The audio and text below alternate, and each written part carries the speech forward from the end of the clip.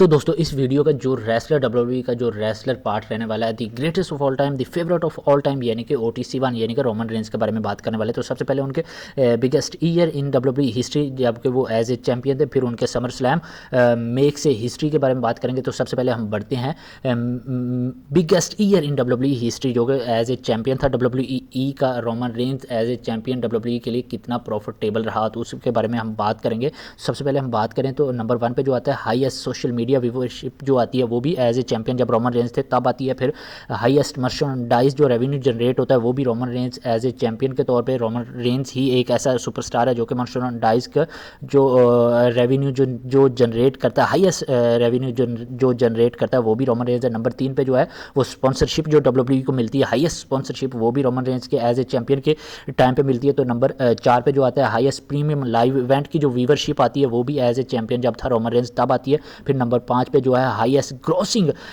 भाई जी जो revenue sale generate होती है, वो भी एज ए चैंपियन जब हमारे ट्रैबल चीफ थे, हेड ऑफ द टेबल थे, तब ही आती है। तो रोमन रेंज डब्ल्यूडब्ल्यूई के लिए प्रॉफिटेबल रहा।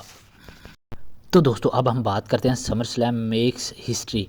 तो भाई रोमन रेंज जब समर स्लैम की अगर हम बात करें तो रोमन रेंज की बात ना हो, ये कैसे हो सकता है। Most watching summer slam of all time तब होता है जब हमारे जो ट्रैबल चीफ हैं एज ए चैंपियन जाते हैं इन समर स्लैम।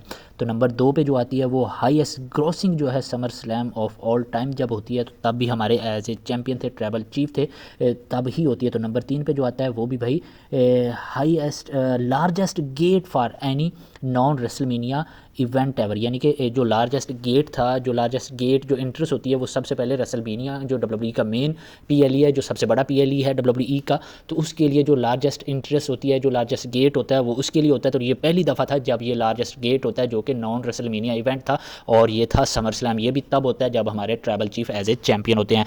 तो नंबर 4 पे जो आता है most sponsorship revenue for any non WrestleMania, ये भी तब होता है जब हमारे जो चैंपियन रेसलमेनिया जो है वो डब्ल्यूडब्ल्यूई का मेन PLE है, सबसे बड़ा PLE है। तो उस वक्त उसमें जो लोग जो होते हैं सबसे ज़्यादा जो स्पॉन्सरशिप डब्ल्यूडब्ल्यूई को मिलती हैं, वो तब मिलती हैं जब हमारे जो ट्रैबल चीफ हैं भाई वो एज ए चैंपियन जाते हैं नॉन रेसलमेनिया। ये एक समर स्लैम PLE होता है इन डब्ल्यूडब्ल्यूई हिस्ट्री में, ये भी पहली दफ़ा होता है। तो नंबर 5 पे जो आता है वो भाई होता है highest merchandise sales for any non WrestleMania main event. तो ये भी भाई उसके लिए होता है जो कि एक रेसलमेनिया का main event, WrestleMania main event नहीं है, रेसलमेनिया इवेंट नहीं है, ये है समर स्लैम।